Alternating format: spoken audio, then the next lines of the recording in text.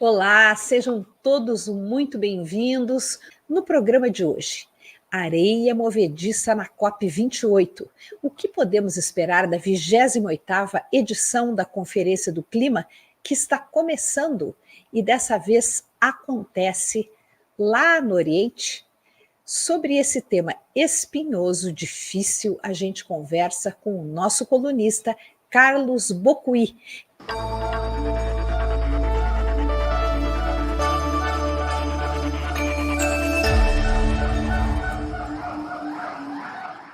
E começou agora a COP28, sediada pelos Emirados Árabes Unidos.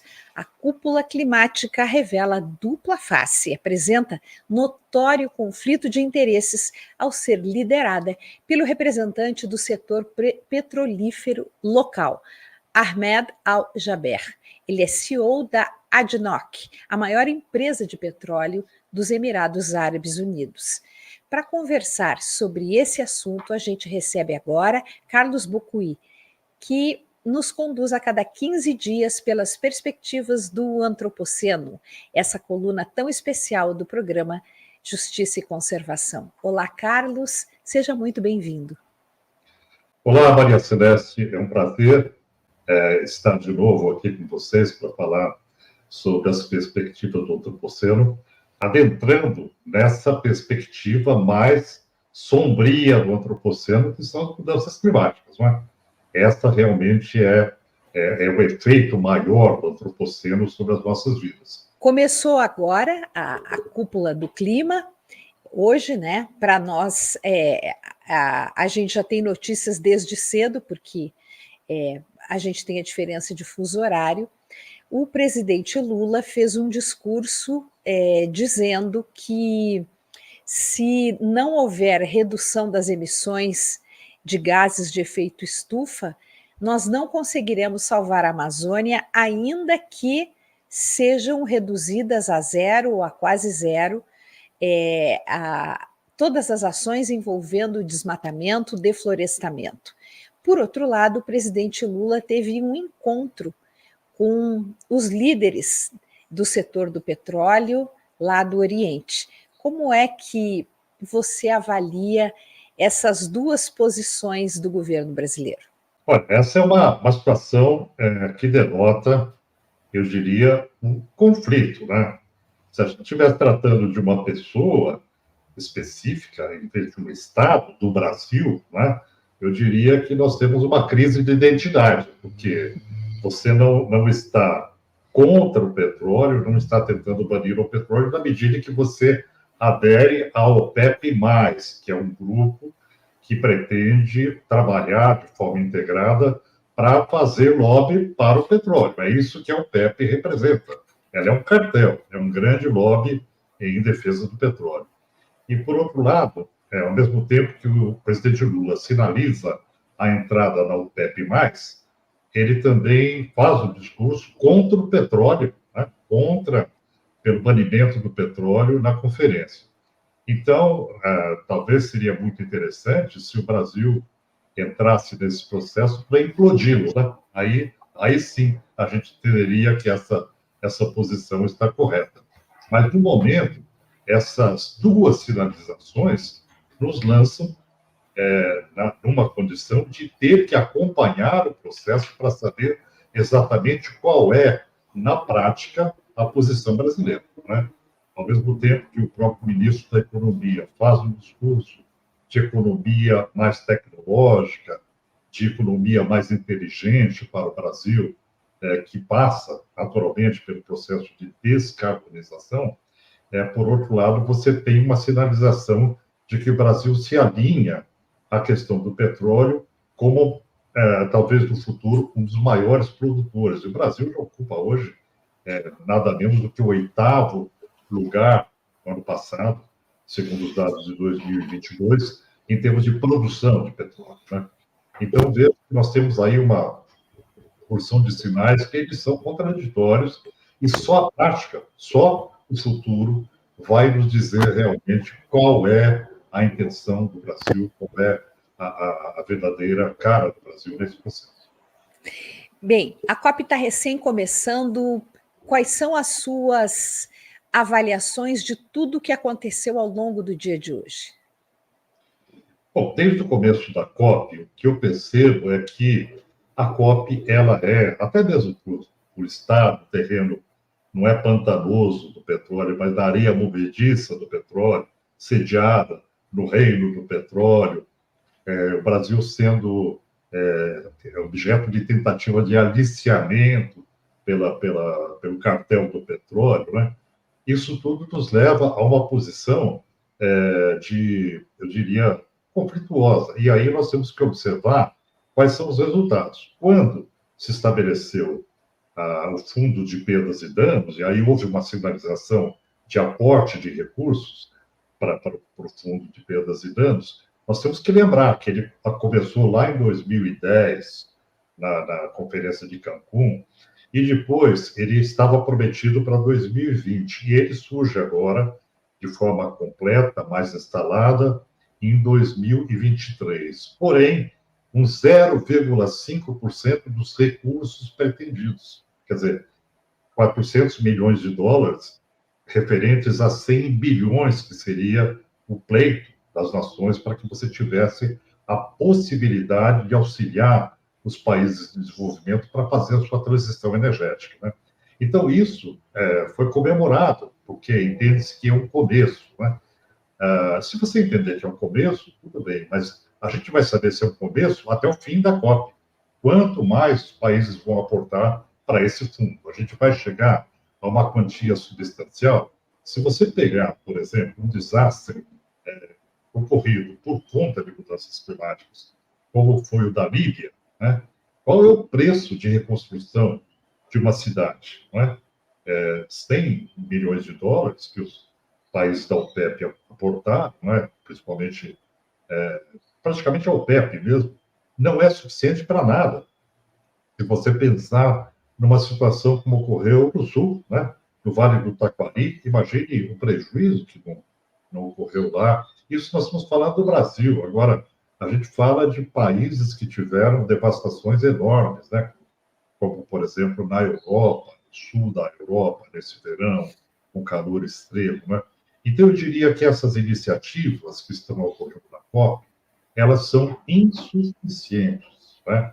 Elas sinalizam a instalação de um processo, mas elas não têm a concretude, a substância transformadora, o volume, o corpo, a robustez que precisariam para avançar. Né? Então, eu queria colocar essa primeira questão. A segunda é a ausência dos líderes da China e dos Estados Unidos na conferência. Não é? Então, nós sabemos que os maiores responsáveis pelo aquecimento global, começando pela China, não é?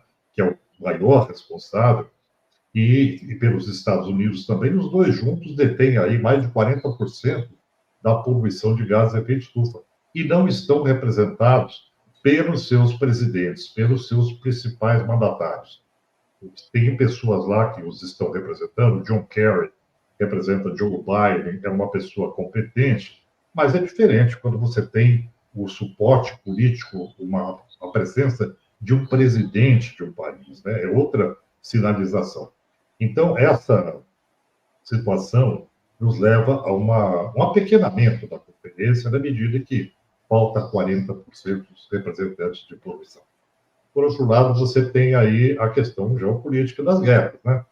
Guerras que acontecem, inclusive, com a participação direta, praticamente, dos países árabes, porque se sentem diretamente ligados à questão de Gaza. Você tem Israel, Gaza, continua o conflito Rússia-Ucrânia, mais 110 conflitos no mundo, e essa tensão geopolítica impede o andamento do processo de paz que permitiria as decisões voltadas especificamente para resolver o grande problema, que é o problema das mudanças climáticas. Né? Então, eu acho que esses são alguns pontos preocupantes já no início da conferência. Bem, em relação a aporte de recursos, parece-me que os Estados Unidos anunciou um aporte nesse fundo ao qual você se referiu, de 17 milhões de dólares. Diz que o pessoal foi conferir várias vezes para ver se não tinham se enganado, se não eram 17 bilhões. Não, são 17 milhões de dólares. Não dá nem para o troco Tem um certeza? dinheiro desse. Não faltavam zeros, não? Pois é o que esse zero estava todo mundo procurando, Carlos, e não acharam. É isso mesmo. Então, fora que não houve o cumprimento de acordos anteriores de aporte, de volume de recursos, muitíssimo maior do que isso que estão dizendo, prometendo agora. Então, já houve uma série de descumprimentos no passado, e, como um tapa-buraco, estão anunciando algumas migalhas para aquilo que o Migalhas. mundo precisa, não é?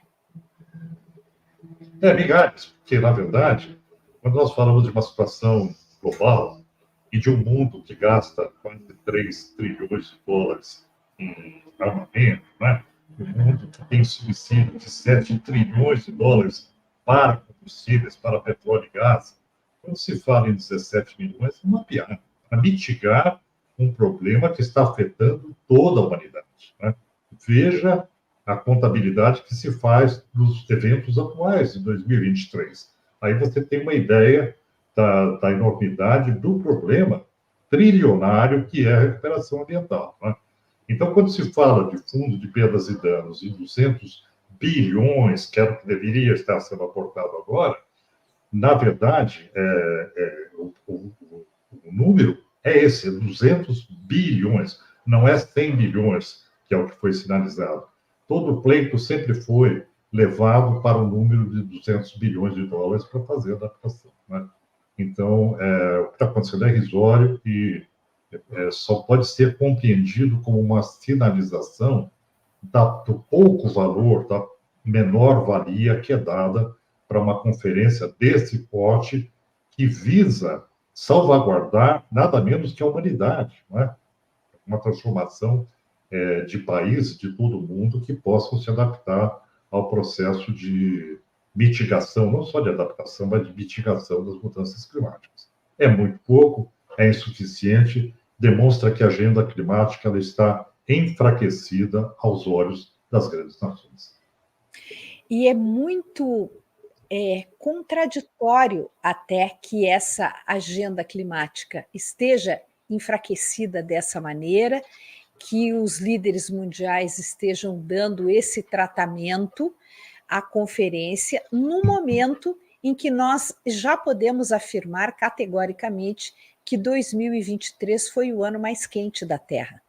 O ano mais quente. Então, tudo aquilo que foi previsto pela ciência está acontecendo com uma velocidade muito superior à que todos esperávamos. E a resposta tem sido morna, tem sido quase de pouco caso. Muito discurso, quase nenhuma prática. Como é que a gente explica isso, Carlos? Essa questão do desaquecimento, né, quando você tem um problema e existe uma insuficiência de ação por parte dos atores envolvidos, é uma questão que só se explica por interesse econômico. Né? A única explicação plausível que fala mais alto é que os países não querem abrir mão do seu PIB, não querem abrir mão do petróleo. O petróleo está umbilicalmente ligado ao poderio militar, aos exércitos, né? A toda essa questão que envolve a busca de hegemonia política, militarista que nós temos no planeta. Então, a necessidade da humanidade de passar por essa transformação, ela exige uma transformação do olhar que a humanidade tem para um Estado inteligente, os Estados inteligentes, em termos de evolução econômica. Não é?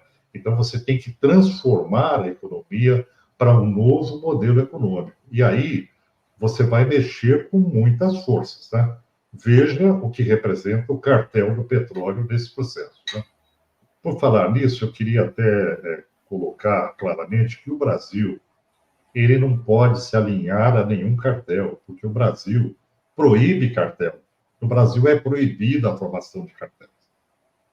Lembrando que em 1970, na década de 70, o Brasil entrou em dificuldades financeiras, assim como outros países, por conta da subida do petróleo que foi decidida pelo mesmo cartel que está aí hoje, que pretendia valorizar o petróleo no mercado. Diminuiu a produção, a oferta diminuiu, o preço foi lá em cima e o mundo todo teve uma retranca econômica fortíssima. Então, recentemente, duas companhias aéreas que faziam uma ponte aérea São Paulo-Rio de Janeiro, elas foram chamadas pelo Ministério Público para explicar o porquê de que passagens aéreas da ponte aérea Rio-São Paulo eram mais caras do que passagens para Miami.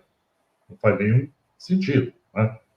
Então, isso demonstra que quando você tem poucos atores que controlam o mercado, e por isso que existe o CAD, que é um instrumento para regular esse processo, você acaba tendo uma manipulação voltada ao interesse econômico desse grupo, né? Então, o Brasil jamais poderia sonhar em participar da OPEP, ou da OPEP menos, ou da OPEP, ou da OPEP mais, porque é um cartel. E o Brasil, a legislação brasileira, condena o cartel. Bom, com relação a essa questão do porquê do desaquecimento, né? Por que as pessoas não assumem a sua responsabilidade? Essa questão, ela beira, né? É uma capacidade ou não humanística que a humanidade tem, né? Você veja que quando ocorrem eventos extremos, você tem uma colaboração dos países, todo mundo vai lá, ajuda. Quando você tem uma situação de comprovada perda de vidas humanas, de dificuldade, como acontece em Gaza hoje, como aconteceu na Líbia, todo mundo quer ajudar, né? Todo mundo tem esse interesse. Mas quando se trata da prevenção, e eu queria chamar isso, Maria Celeste, a atenção para esse ponto, a prevenção ela é alguma coisa do futuro, que fica na névoa, que pode ser. Então, a ciência está esbravejando. Olha, vai acontecer, está muito mais rápido do que se esperava, mas a humanidade ainda precisa dessa concretude para agir. Então, a minha pergunta é: nós vamos aprender pela dor essa situação? Quer dizer, vai ser preciso doer muito, vitimar muito, para que a gente faça alguma coisa, né? E essa cultura da prevenção é interessante porque ela é diferenciada de país para país. A comunidade europeia baniu agrotóxicos por uma questão cultural. O princípio da precaução na Europa vale mais, ela não precisa esperar o envenenamento, o câncer das pessoas para banir algum produto. Ela vai, por precaução, fazer esse banimento. Então, é normal que a comunidade europeia, nesse momento, ela tenha essa possibilidade intelectual, eu diria mesmo que é uma questão de inteligência emocional humanitária. Ela vai sair em defesa, até mesmo pelo grau de maturidade que a Europa angariou em função das dificuldades que já passou, né? Eu acho que isso é uma questão cultural que é inerente à Europa, mas não é a mesma cultura americana. Os Estados Unidos não têm a cultura da precaução, não tem a prevenção como uma das prioridades para fazer política pública. Assim como o Brasil também não tem. Veja nos tribunais brasileiros, quando você invoca o princípio da precaução para resolver alguma coisa e o juiz não dá a sentença favorável, porque é muito abstrato, não tem materialidade, aí existe é uma questão cultural mesmo, né? Então, essa percepção da sociedade sobre o que é a cultura da precaução, da previsão, de você evitar o risco que vai assolar a sociedade, é um avanço que nós temos que ter, e eu diria que ele é absolutamente ligado a uma inteligência emocional, porque você tem que ser empático com o outro, inclusive com quem ainda não nasceu, para você fazer essa ponte e ter ações que permitam salvaguardar algo que ainda não aconteceu, né? Então, esse é o aspecto que eu acho que a gente tem que superar por um avanço de inteligência emocional da humanidade. E empático também, eu queria até ampliar essa perspectiva, Carlos. Empático também com quem não fala, com quem não pode se defender e está vivo hoje. Eu estou falando das plantas, eu estou falando dos animais. As pessoas não costumam olhar para plantas, para árvores, para rios, para animais, como entes, como cidadãos de direito. Eles têm direitos, eles têm o direito primordial de existir. E não fizeram nada para contrariar isso. Quem faz somos nós. E as pessoas não reconhecem isso, as pessoas se colocam no centro de tudo, como se o mundo girasse ao nosso redor. E a gente sabe que, na verdade, o mundo nem precisa da gente, né, Carlos? Eu acho que você está se referindo a um elemento essencial para a ciência, um elemento essencial para a política, que é a ética.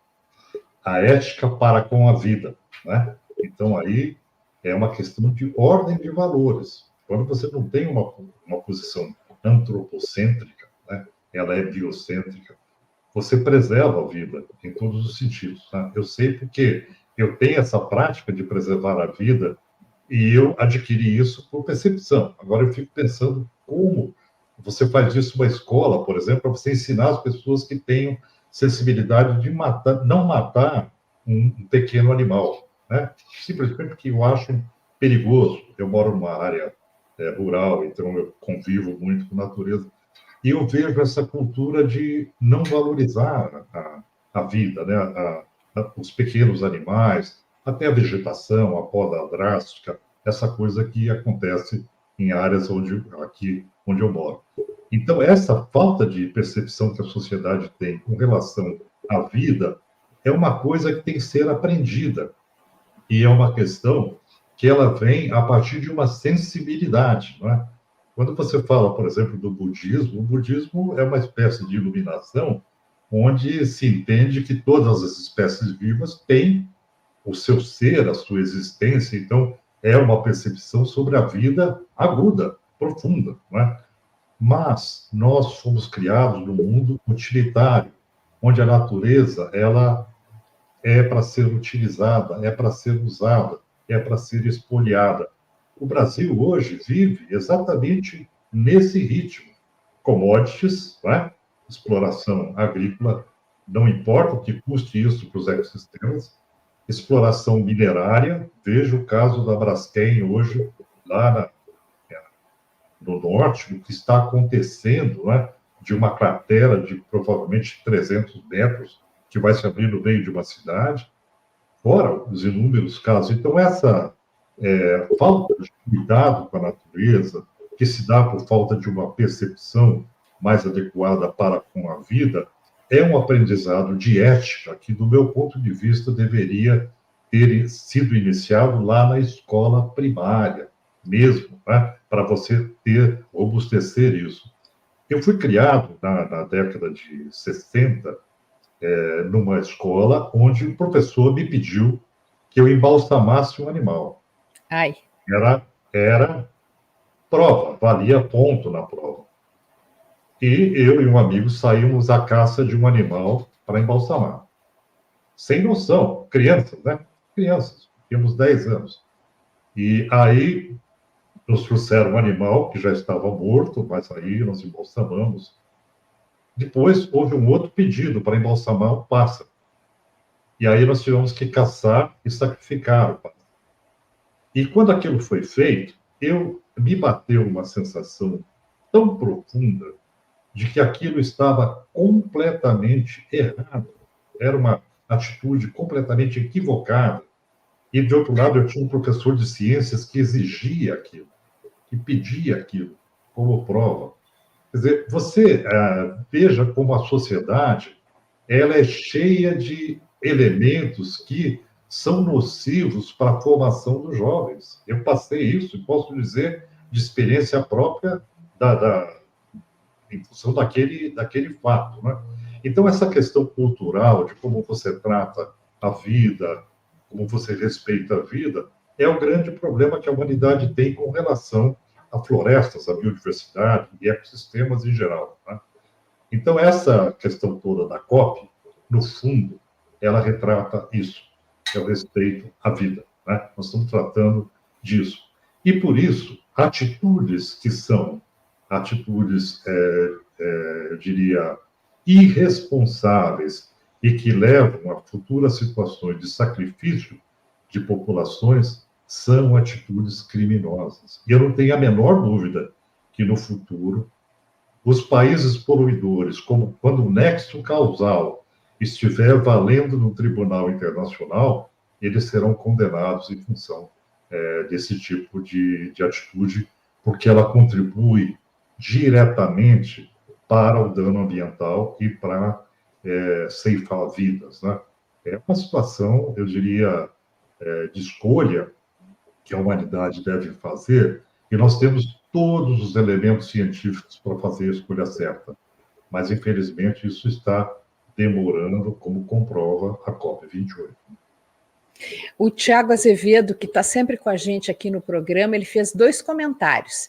Ele diz, sim, a biota é considerada objeto, e antes ele comentou, ideal de curto prazo combinado com negacionismo.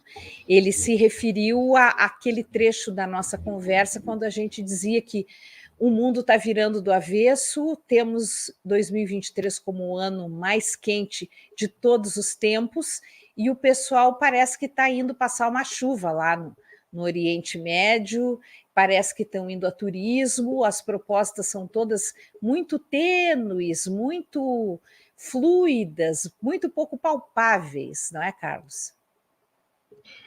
Eu acho que essa questão do negacionismo, eu volto a insistir que o negacionismo ele é conveniente. Né? Você pratica o negacionismo por quê? Né? Qual é o objetivo de falar não à vida? Né? Não à precaução?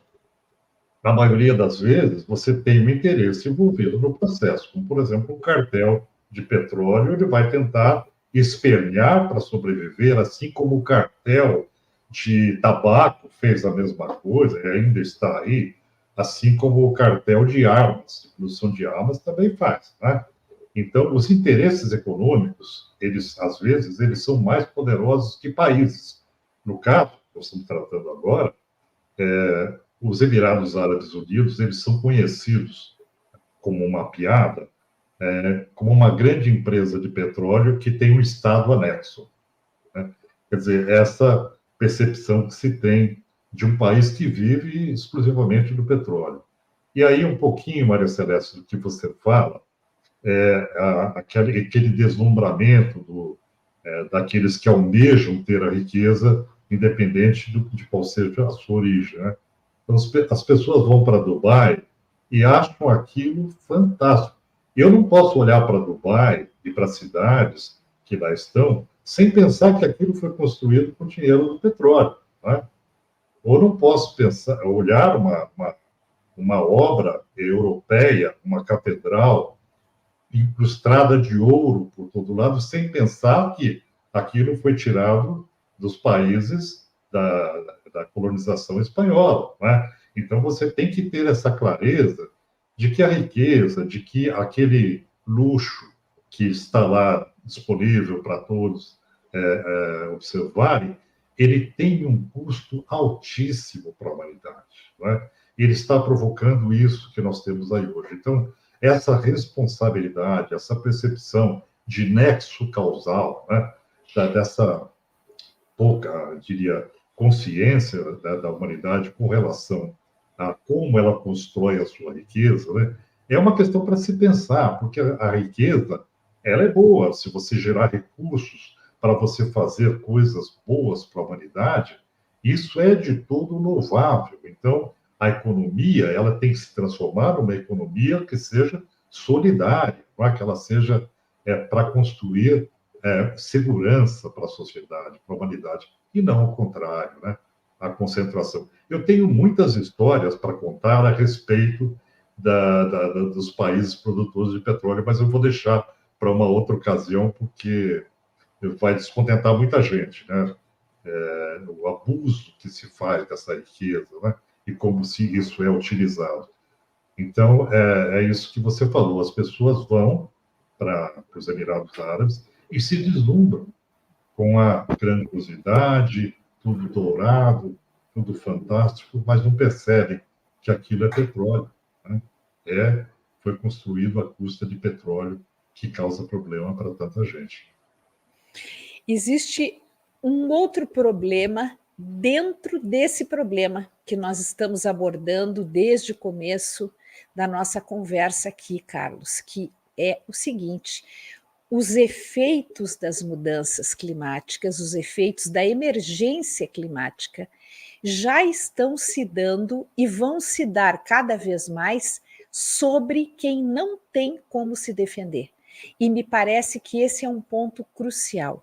Como os países em desenvolvimento são os que vão sofrer mais, como as pessoas mais desfavorecidas financeiramente vão sofrer mais, e como quem manda é quem tem o dinheiro e ainda pode se defender, acha que a água não vai subir tanto assim para eles, que eles não vão se afogar no meio desse problema, as pessoas mais desfavorecidas, que são a maioria do planeta, vão sofrer primeiro, já estão sofrendo as consequências dessa emergência climática. Eu acho que essa é uma realidade que é a grande preocupação de que a socialização dos efeitos das mudanças climáticas, eles atingem principalmente os hipossuficientes, aquelas pessoas que não têm condições de qualidade de vida, moram em áreas alagadiças, moram em encostas, moram em áreas sujeitas a tempestades, de qualquer forma, elas têm uma situação de instabilidade geotécnica, enfim, estão vulneráveis às mudanças climáticas. E é interessante, eu já falei isso aqui, mas eu vou repetir. Os Estados Unidos tiveram, esse ano, 20 e tantos eventos extremos, e as mortes foram 257 em 23 eventos extremos nos Estados Unidos. Por que isso aconteceu? Se fosse num país como o Brasil, você teria milhões ou milhares de mortos, porque esses países mais ricos, eles têm uma estrutura de defesa civil muito boa. Eles têm a previsão, tem rota de fuga. Se você vai, por exemplo, ao Caribe, você percebe que está tudo mapeado. Você tem rota de fuga, local de abrigo. Para furacões, existe uma previsão de segurança bastante interessante. Para os países menos estruturados, como, por exemplo, o Brasil, você vai ter eventos extremos sem esse preparo de defesa civil, de estrutura, que vai vitimar as pessoas. Então, o que você coloca, Maria Celeste, é absolutamente correto. Depende do volume financeiro do país, ele consegue fazer uma salvaguarda mais adequada da sua população, né? Então, as mudanças climáticas, elas acabam atingindo mais duramente aqueles que são mais vulneráveis. Quanto a isso, não resta dúvida. Será que você tem a informação se virá dessa conferência alguma proposta mais arejada, mais calcada na ciência, porque a gente vê hoje extremos, pessoas que defendem que isso tudo tem de parar imediatamente, que a gente precisa de uma solução, e os outros que se comportam desse jeito, vamos deixar para lá, não é tanto assim, a terra aguenta, a gente ainda tem muito dinheiro para ganhar, mas talvez o caminho do meio fosse interessante nesse momento, não porque a gente tenha tempo, mas porque qualquer coisa que seja feita é melhor do que não fazer nada. Será que algum país que esteja com propostas um pouco diferenciadas para a gente poder sair dessa pasmaceira ambiental que a gente se encontra? Olha, eu acho que nós temos isso, né? O que você está se referindo é claramente o que a ciência diz, porque a ciência não trabalha com os extremos. Na verdade, ela trabalha dizendo, olha, tem que retirar tanto para a gente ter uma capacidade de suporte para o futuro. E esta linha científica, é defendida pelo IPCC, que é o painel intergovernamental de mudanças climáticas, que diz que nós temos que reduzir no mínimo 25% dos fósseis até 2030. Mas o ideal seria 50% até 2030. Então, me parece que essa já é uma proposta bem ponderada, não é? Você tem que fazer essa redução e tem que fazer uma substituição por fontes limpas de energia, não é? E aí a perspectiva é que se faça isso para não se chegar a mais do que 2 graus. Porém, no ritmo atual, como disse o próprio Guterres, Antônio Guterres, no início da conferência, nós estamos apontando para 3 graus. Isso pode acontecer até a metade do século, pouco mais do que a metade do século. Para o Brasil, isso não é só 3 graus, é diferente, porque 3 graus de média global, no Brasil, pode representar 5, pode representar 6, porque você tem uma situação diferenciada. Média é uma coisa, não é? Pico é outra. Então, essa é uma questão que tem que ser bem colocada para se entender a periculosidade do problema.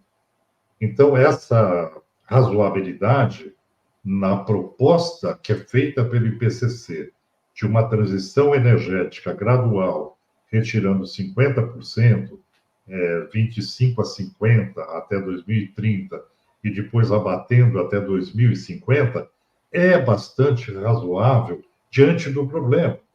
Agora, nós entendemos que não deve haver nenhum esforço, que não deve se mudar nada, que as coisas vão ficar como estão, é suicídio. Né? Nós vamos ter queda de produção alimentar, queda de produção hídrica, vamos ter desertificação, vamos ter migrações, fora os problemas de insalubridade e as mortes que vão ocorrer se as coisas continuarem no ritmo atual. Né? Então, eu diria, Maria Celeste, que a ciência, hoje, ela nos dá esse caminho da razoabilidade e traça um plano de ação para a humanidade bastante plausível e factível. Agora, os grandes, né, e até muitos pequenos, não querem abrir mão disso. Né? Eu queria louvar uma iniciativa aqui que vai ocorrer paralelamente na COP, que é a iniciativa de Barbados, a iniciativa de Bridgetown, que prevê que o Banco Mundial e o Fundo e o FMI eles façam aportes de recursos para países atingidos para evitar o endividamento extremo. Quer dizer, é uma iniciativa extremamente importante para socorrer aqueles países que já estão sendo atingidos e que, sem ajuda, nem, nunca poderiam pensar em pagar juros, por isso eles vão sair de situações que depois eles entram numa dívida e depois não saem mais. Né? Então, essa é uma iniciativa extremamente importante de aporte de recursos para que você consiga uma estabilidade econômica para países que já estão em dificuldades. Isso fora perdas e danos, aquele fundo de 100 bilhões, né, para o qual chegaram só 417, né, com esse aporte, milhões com esse aporte americano, que é muito pequeno. Quer dizer, você tem duas iniciativas, as duas são importantes, mas são ainda, eu diria, embrionárias. Né? A gente ouviu ultimamente aqui no Brasil comentários de que o incentivo à produção de carros elétricos que caminharia alinhada essa questão da redução do uso dos combustíveis fósseis, mas que o investimento na produção de veículos elétricos poderia prejudicar a indústria já instalada, porque isso iria prejudicar os SUVs e similares. Quer dizer, ainda tem o problema da reserva de mercado. O pessoal, tudo aquilo que vem e que pode ameaçar o que já está estabelecido, acaba dando confusão. A gente soube que tem um grupo que vai para a COP, não sei se já está lá, e eles clamam pela mineração na Amazônia. E olha tudo que a gente viu, olha o que acontece hoje em Maceió. Hoje está afundando 1 centímetro por hora aquele bairro, aquela região ali, onde é feita, próximo onde é feita a mineração. evacuaram, as pessoas tiveram de deixar tudo. Quer dizer, o problema está na nossa frente e a turma do lobby não desiste, né, Carlos? Então, aí a motivação é econômica, né? Essa questão da substituição do automóvel por veículos elétricos, ela deve considerar que não é você tirar os automóveis movidos a petróleo e colocar no local, na mesma situação, veículos elétricos. Não é isso que se pretende. Você tem que diminuir a quantidade de veículos, de materiais. Não é? Essa é a questão. A economia da sustentabilidade é uma economia de decréscimo, é uma economia inteligente. É preciso que você use transporte coletivo, você tenha mais transporte sobre trilhos, né? Que cidades grandes como São Paulo tenham mais metrô, tenham mais linhas disponíveis para a sociedade, como Nova York tem. Né? Nova York você se locomove para qualquer lugar sem necessidade de automóvel, porque a ilha é cortada o metrô, quer dizer, ela planejou daquela forma. Isso pode ser um bom exemplo para o Brasil. Quer dizer, é uma coisa que aconteceu há muito tempo atrás, mas funciona. Então, a perspectiva hoje global, em termos de motricidade, ela muda. E o antropoceno é isso. A intensificação das atividades humanas levou a essa situação. Não haverá saída sem que você faça um decréscimo nesse tipo de processo. Não dá mais para cada um ter um carro. Né? Essa história daquele modelo Fordito, Fordismo, né? Da metade do século passado, lá antes da metade do século passado, aquilo não cabe mais. Né? Nós já ultrapassamos o limite das alterações aceitáveis. Então, o discurso é outro, a economia é outra, a escala de produção deve ser outra, sem perder qualidade de vida. Sem perder qualidade de vida. A questão é essa. Agora, como fazer essa transição? Você tem que ter governos inteligentes que trabalhem economia com o que a gente chama de economia do conhecimento, né? A modernização do processo, que nos levará a uma outra situação diferente de hoje, onde você tem o rentismo dos bancos, né? Isso já foi dito, você tem as migalhas para a população e, por outro lado, você tem uma exploração de commodities exacerbada, que é uma forma primitiva, primária de trabalhar, enquanto a economia do conhecimento ela não acontece. E ela implica também numa mudança de paradigma, né? Paradigma no sentido de como você se locomove, né? Capacidade de locomoção, a forma vai ser outra, tá? O tipo de vida de materiais utilizados para a construção, a forma de planejamento das cidades, tudo isso passa por uma revisão que é, na verdade, uma revisão antropológica do conhecimento humano. O que as mudanças climáticas vão fazer com a humanidade é impelir a humanidade a essa transformação por uma questão de obrigatoriedade diante do risco. Nós vamos fazer essa transição. Agora, a questão é quanto isso vai custar de vidas humanas, quanto isso vai custar desnecessariamente de dor para a humanidade. Não é? É como a guerra. Você sabe que a guerra tem que acabar, mas ela continua. Então, a luta por um modelo de civilização sustentável, ela faz as suas vítimas. Não é? Ela está fazendo as suas vítimas na questão das mudanças climáticas. Então, essa questão da economia do conhecimento é uma discussão que vale a pena um dia, Maria Celeste, a gente tratar especificamente disso aqui. Com certeza. Você falou de estratégias inteligentes. Eu acredito, não sei se você concorda comigo, que a questão da multimodalidade no transporte também pode ajudar. Por quê? Se a pessoa que mora muito longe, se ela conseguir se deslocar de bicicleta ou mesmo de carro até um ponto, um centro de distribuição dos ônibus, onde haja estacionamento para os veículos que as levaram até lá, e ali em grandes linhas, essas pessoas pegam o transporte coletivo, se deslocam. A possibilidade, inclusive, em alguns veículos, de levar a bicicleta junto, ou de poder guardar com segurança a bicicleta no local de origem.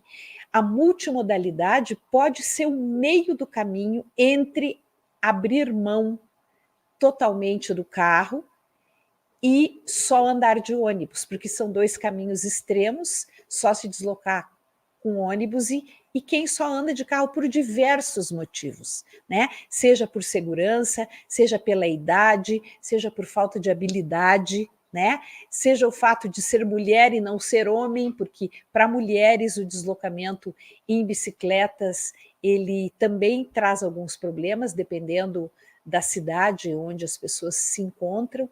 Talvez a multimodalidade, que já foi pensada muitas vezes aqui em Curitiba, mas é algo difícil de se colocar em prática, seja um começo desse caminho. O que você acha, Carlos?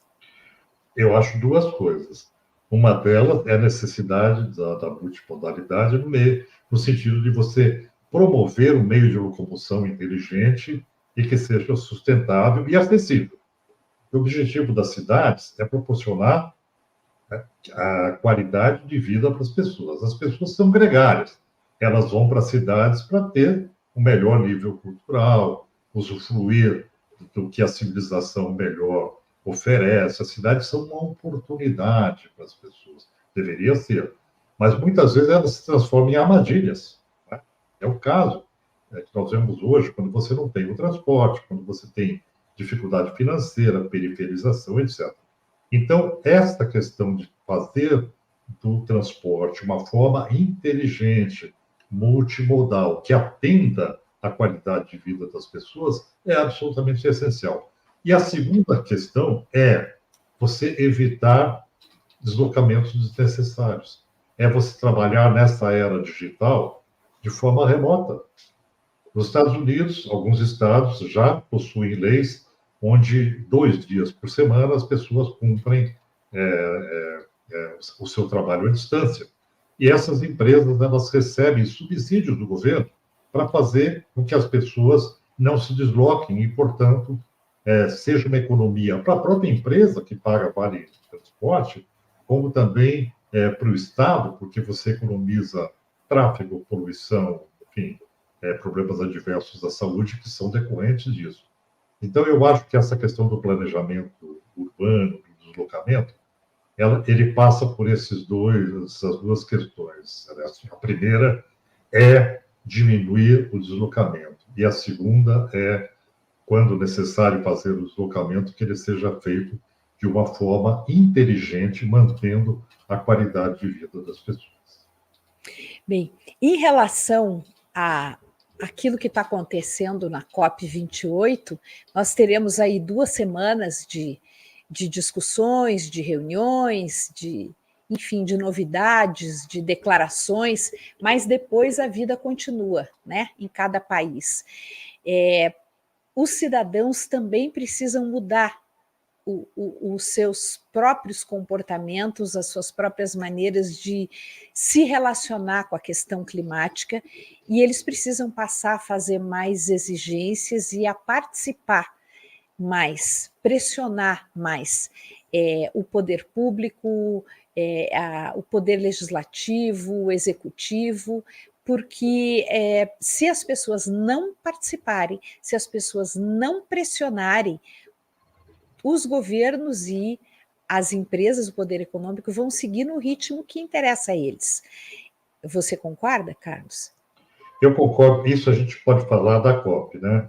Quando você faz uma conferência climática num país autoritário, que não é democrático, onde uma manifestação pode ser coibida, as pessoas podem ser presas, direitos humanos é um problema, já começa por aí, né? Você tem que fazer as COPs, as conferências em países democráticos, onde a livre manifestação, a livre expressão é permitida. A segunda questão é que você tem que trabalhar na perspectiva de ter uma sociedade que ela entenda o poder do controle social. Porque todo poder emana do povo, diz a nossa Constituição, né? Mas a gente não exerce isso. Então, a participação direta em matéria ambiental é um direito, é uma cláusula das mais importantes da nossa Constituição, porque você tem o direito de manifestação naquilo que diz respeito à sua vida, que é o patrimônio ambiental público, os direitos difusos, que pertencem a nós e também às futuras gerações. Então, a questão é como exercer esse direito de cidadão de controle social para elaboração de política pública e para consecução de política pública que seja benéfica para o meio ambiente. Não é? E aí tem a questão de como a gente participa. A gente participa elegendo deputados que muitas vezes estão lá agora defendendo o agronegócio. Né? Por favor, não dá para fazer mais isso. Tem que defender a coisa pública. Não é? Senão vão aprovar o pacote do veneno, né? Que é o que está acontecendo agora.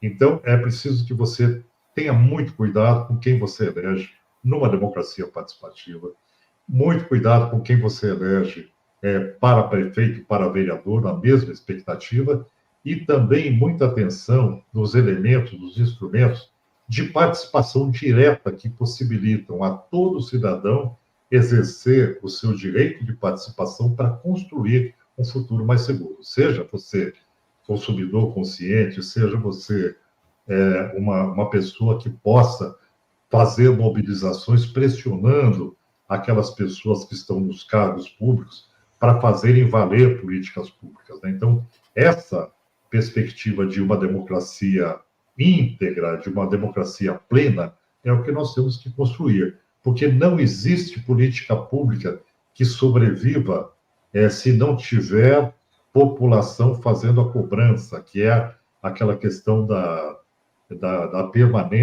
permanente controle social para fazer com que aquilo seja de fato concretizado. Né? O Acordo de Escazú, que é o mais recente nesse aspecto, ele diz isso.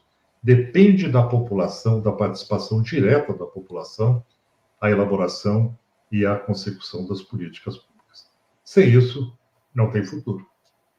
É isso, Carlos. Você disse tudo. Eu quero aproveitar e agradecer demais a você por todas essas conversas aqui da Perspectivas do Antropoceno, da sua coluna. Foi muito produtivo, muito enriquecedor para todos nós ao longo de 2023. Você foi um achado, um ganho muito grande aqui para o nosso programa, e eu quero lhe agradecer demais e já deixar os votos de boas festas, um final de ano muito feliz para você, para sua família, e que a gente possa se ver bastante no ano que vem para continuar essa briga que não pode parar, né? Porque tudo que querem lá do outro lado é que a gente pare. Então a gente não pode parar. A gente tem que continuar, né, Carlos? Então, nós fazemos aqui um pouquinho da voz de quem não tem voz, né? Exato. E aí eu teço um elogio ao Observatório de Justiça e Conservação, porque vocês têm um trabalho fantástico, no sentido de levar a questão ambiental, a questão da natureza, a um processo de reflexão. Né? E é isso que nós fazemos aqui. E para mim isso é muito importante, porque eu tenho com você, Maria Celeste, um espaço de 1 hora que me permite falar à vontade. Quando você vai para a imprensa normal, a imprensa te faz uma pergunta e você responde com um drops. Né? Então aqui eu fico muito feliz porque eu posso conversar como se eu estivesse numa conversa entre amigos. Né? É sempre muito bom e eu agradeço pelo espaço. Muito obrigada, Carlos. Até breve. Até mais. Grande abraço.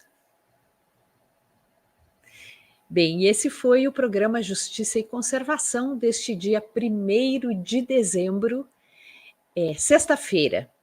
Nossa equipe é formada por Jean Guimarães, Guilherme Batista, Mayala Fernandes e Lorena Rores. Quem nos apoia? Melíponas, ERT Bioplásticos e Instituto Legado.